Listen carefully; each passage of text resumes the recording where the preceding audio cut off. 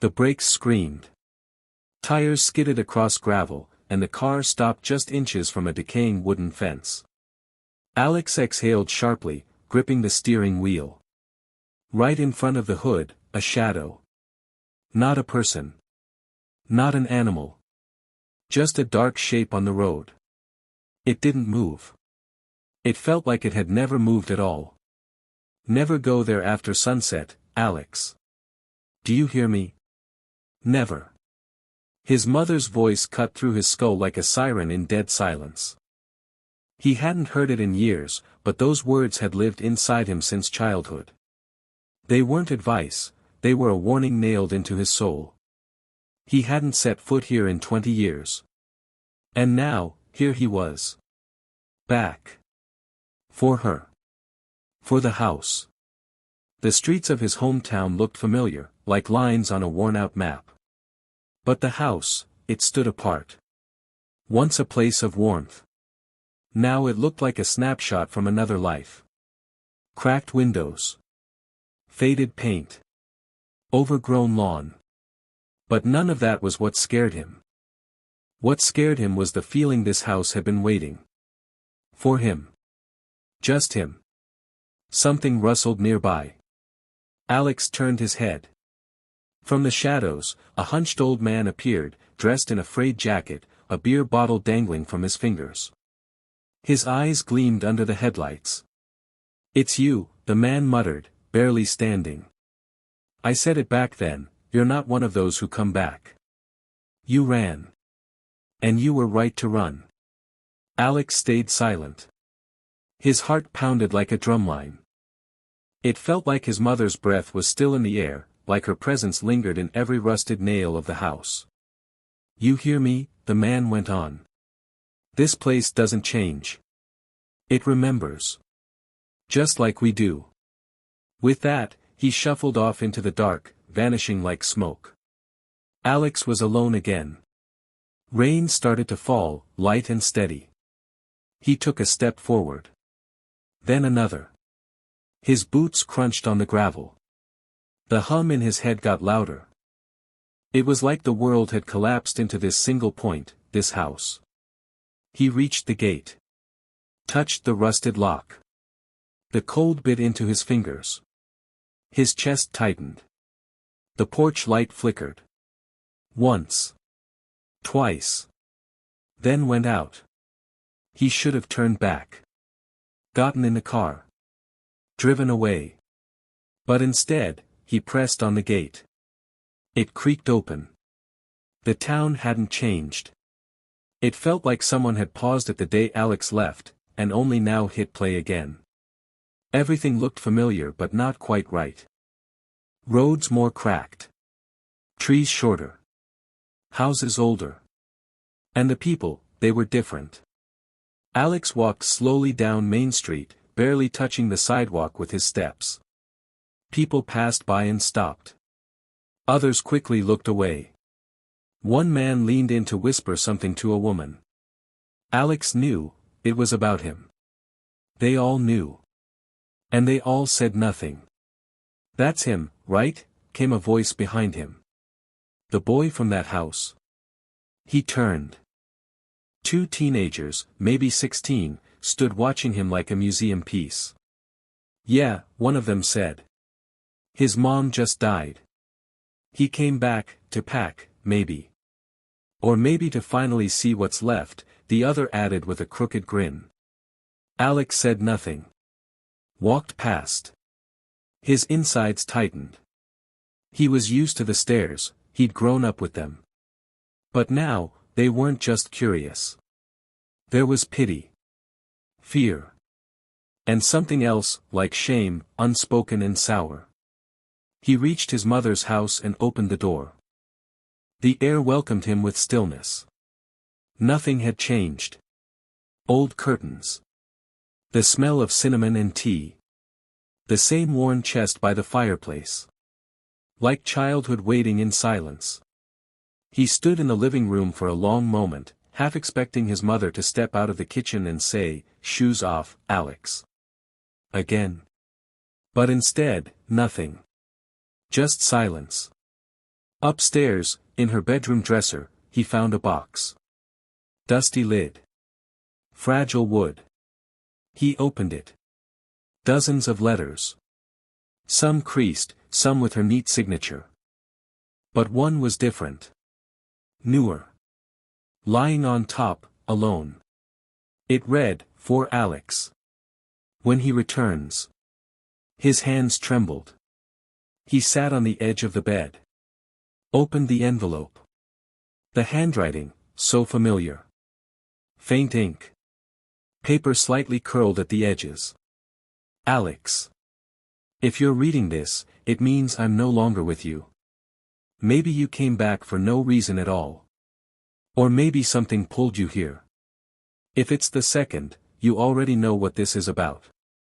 But don't rush to find answers.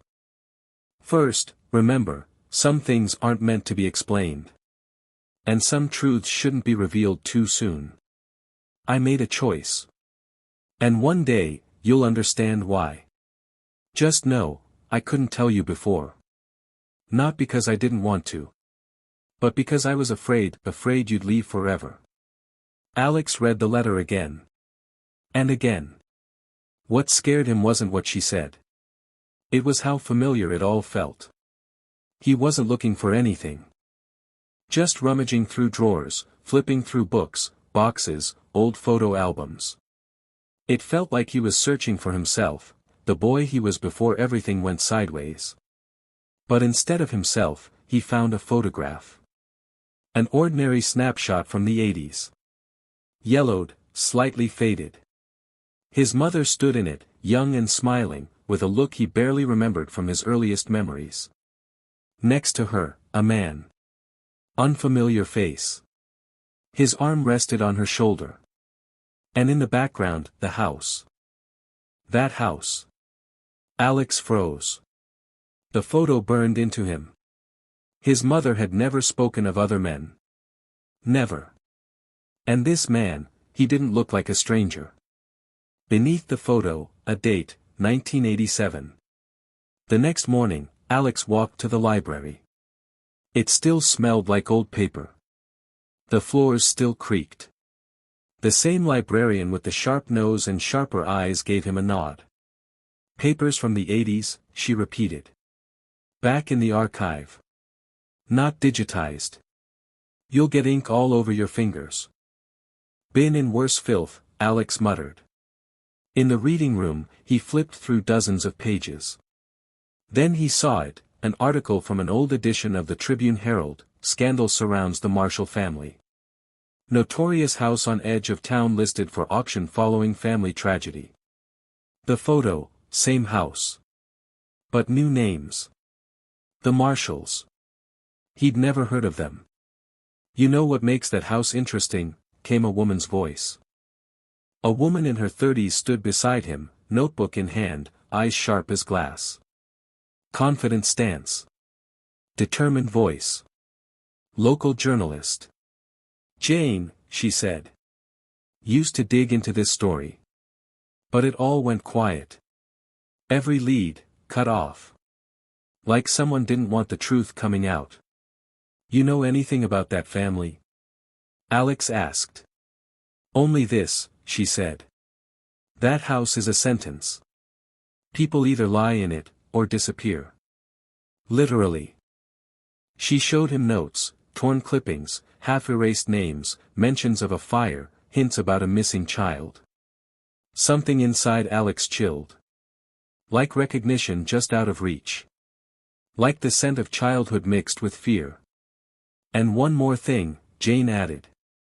"Someone was living in that house. Recently. I saw lights on just days before your mother passed." Alex looked at her. For the first time in years, he wanted to know the truth. Alex walked the perimeter of the house for a long time. It wasn't night. There was no darkness. But something else was there, a quiet, sticky fear that didn't need shadows to exist. This time, he entered through the back door. The old wood groaned like it was warning him.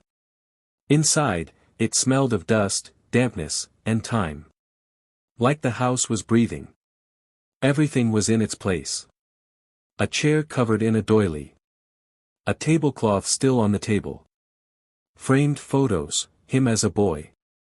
Even a chewed-up plastic toy under the couch. Like someone had hit pause decades ago. Or like someone feared he might return and notice anything had changed. Alex climbed the stairs. In the hallway, writing on the walls. Faded, barely visible, like a child's hand had scribbled, "Don't go after," and, "If he comes back, don't open the door." His heartbeat quickened. He entered the bathroom. Looked into the mirror, and saw himself. As a child. Wearing dinosaur pajamas. Standing there, just staring into his adult eyes. It lasted only a moment. Then it was gone.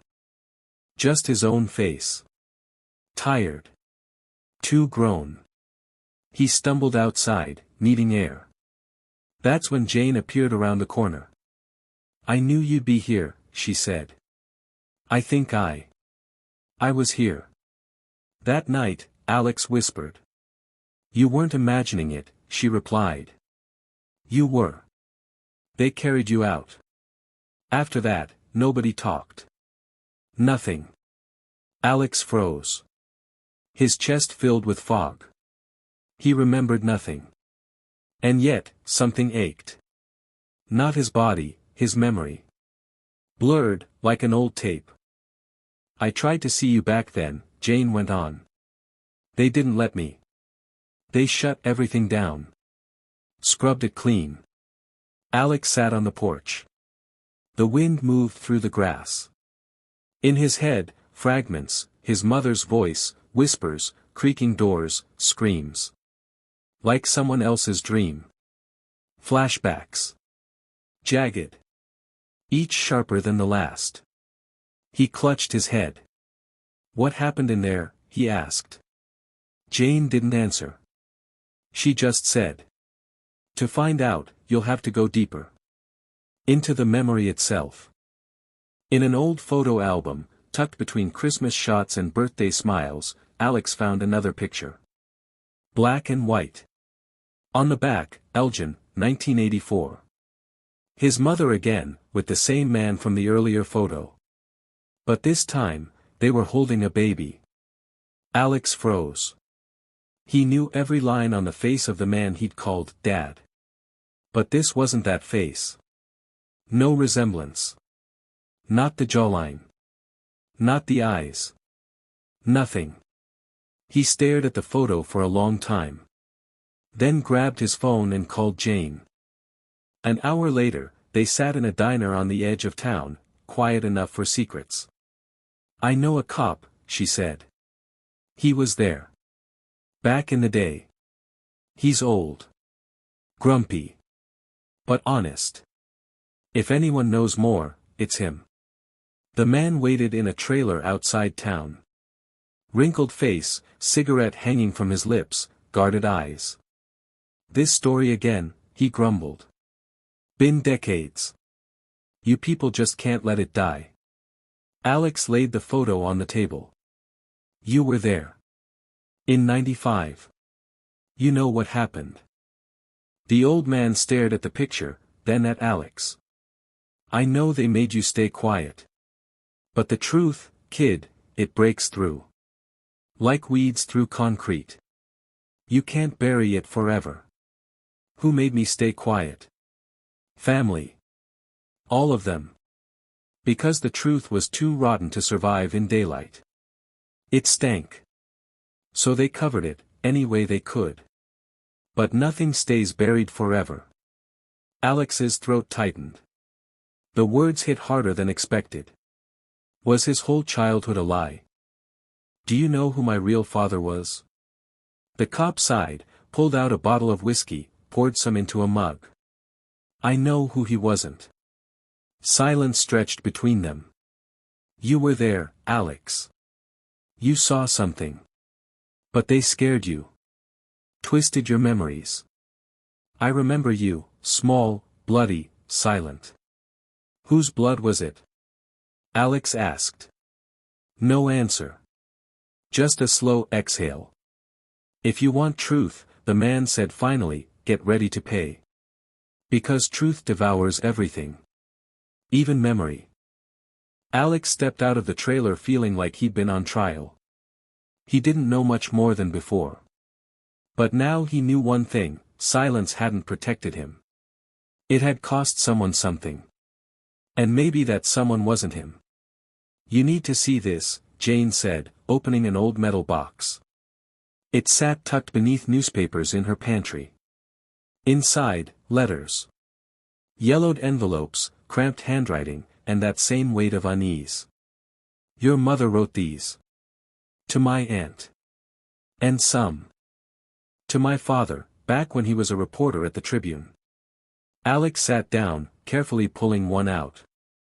The handwriting, hers. The emotion, undeniable. I don't know how much longer I can do this.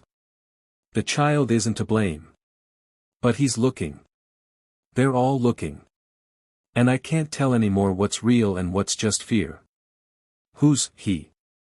Alex asked. I used to think it was your father. But this part, Jane held up another slip of paper, this changes everything. The girl cries at night. Says she dreamed of a house on fire. But I promised her, no one would find her here. A girl? Alex blinked. You're saying, she was hiding someone? Jane didn't answer. Just looked at him. Wait, he whispered. I had an imaginary friend. When I was a kid. Everyone thought I made her up. A little girl. She'd play with me in the attic. We had a code, 3 knocks, and I knew she was there. She wasn't imaginary, Alex, Jane said quietly. She was real. The air froze. Jane pulled out an old newspaper clipping. 1994, missing, Lily Evans, age 6. Last seen in the Elmwood area, near the park. That's right by your house, she added. Same street. Same year. The floor seemed to tilt beneath him. His friend had been a real child. In his home. His mother knew. Was hiding her. Why did she vanish from the news? Why did they stop searching? They closed the case. No explanation. And your mother stopped writing to the paper. My father thought she'd been silenced. But he didn't know why. Alex felt everything closing in. This house, these walls. They didn't just keep secrets. They protected them. And his mother, she wasn't on the edge of it. She was the center. The cassette showed up by accident. Tucked away in the drawer of an old cabinet, wrapped in a handkerchief like something shameful. No label. No date. Alex held it in his hand, a small piece of plastic that could flip his world upside down. He pulled out an old tape player, slid the cassette in. Click. A moment of static. Then, a voice. Don't open the door after sunset, or Mama will start screaming again. A child's voice. His voice. Raspy, scared, unmistakable. Alex shut his eyes. The memory, still blurry, started breaking through, doors, cries, a child's sobs. And his mother's voice. Desperate. Not angry. Protective. He came again. Hide. Like we practiced. Who was he? Alex thought of the photo. The face. The one from 1984. Once unknown, now too familiar. The man his mother feared. The man he once called uncle, never dad. Jane confirmed it, the man in the photo was his biological father. And he had ties to the missing girl. Rumors had swirled back then, but they were buried. Reputation. Influence. Money. Alex sat in the empty room, tape still spinning in the machine, unsure what he felt. Anger. Fear. Betrayal. His mother had protected him. She didn't just stay silent, she fought. Maybe she hid that little girl. And definitely, she hid the truth. From everyone. Even from him. I have to expose this, he whispered. But saying it out loud made his chest tighten. How do you tell the world your mother was a hero who broke the law? How do you explain your father was someone no one really knew? The truth could destroy everything. Her memory. Her smile. Her tea with honey. Her trembling fingers when she tucked him in. And yet, silence had already destroyed enough. He stepped to the window. Outside, stillness. An old town, quiet as always. On the surface, peace. Inside, chaos. Alex closed his eyes. Forgiving his mother was the easy part. Forgiving himself would take longer. The house greeted him with silence. Not heavy, but watchful. Like a dog recognizing its owner, unsure whether to lick his hand or bite it. Alex stepped inside slowly, breathing in wood, dust, and long-buried memories. He didn't know what he was searching for, but his feet moved on their own, up the stairs, down the hall, to the very end, where there had once been just a shelf. He knocked on the wood. Once. Again. Hollow. Then, dull. He pressed. The panel shifted. Behind it, darkness. Flashlight. Dust. Narrow steps downward. He entered a small room. Cozy, almost warm. The walls were covered in drawings. Rainbows. Houses. People. In every corner, something childlike, a one-eyed doll, a pile of books, an old necklace with a heart-shaped locket. Alex picked up the locket. On the back, engraved, L.E. And a date, 1996. He froze. This was a child's room. Lily's. The girl who'd vanished. But she lived here. Not for a day. Not a week. Maybe years. He moved closer to the wall. One drawing showed a girl and a boy. Holding hands. The girl had dark hair. The boy, dinosaur pajamas. Him. She remembered.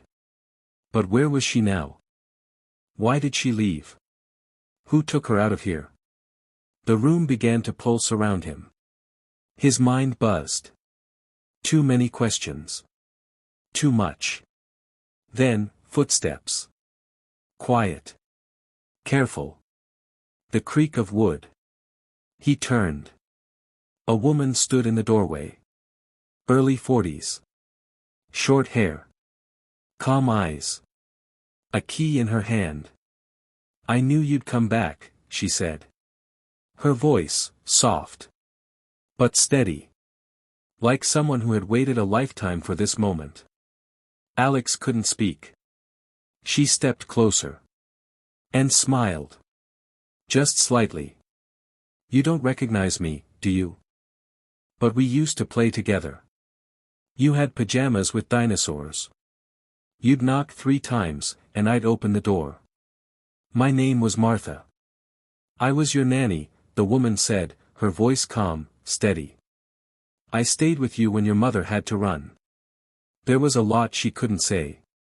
But not because she was weak. She was afraid, for you, not herself. Alex stood silent. A hum in his head. The same house, again. A new version of the past. She knew the man she lived with was dangerous. He was your father by blood, but not by heart. He wanted control. Not just of her. Of you too. Martha spoke like someone reciting a truth she'd carried too long. One day she came home and found Lily. Cut, terrified. He had kept her in the basement of his house. Your mother took her. Stole her. Hid her. In your house. She didn't even let you near the place where the girl slept. Alex lowered his head. Everything he dismissed as imagination, was real. But why silence? Why not speak out? Because he wasn't just any man. His family had power. Political reach. Money. Connections. They would have crushed her. And Lily. And you. Alex remembered the cop's words, the family buried it. Now, it made sense. She gave up everything. She gave up more than that. Martha pulled out an old folder. Inside, documents. Records. A letter. If you're reading this, it means I got away. I'm alive.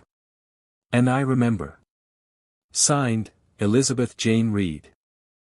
That's her real name, Martha said. You know her now as Jane. Alex's head spun. The journalist. Her. They'd grown up under the same roof. But each carried different memories. She knew. Not everything. She remembered pieces. But she was protected too. On purpose. So no one could reach her. Alex stepped out onto the porch. The day was gray, but clear. Everything was falling into place. And yet, the biggest question remained. How do you tell the world the truth had always been right here? That evil wore a familiar face, and good had kept silent for years. The world loves simple stories. This one wasn't. He stood on stage in the local community center, facing faces he hadn't seen in years. Some gray-haired. Others, the same ones who once turned away. Now, they listened. Quietly. Without interruption. Alex spoke not as a victim or a hero. He simply told the story.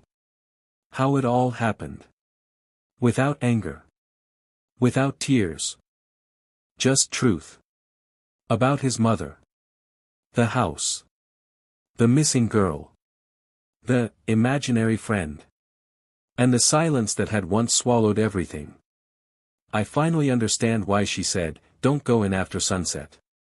It wasn't about the dark hiding something evil.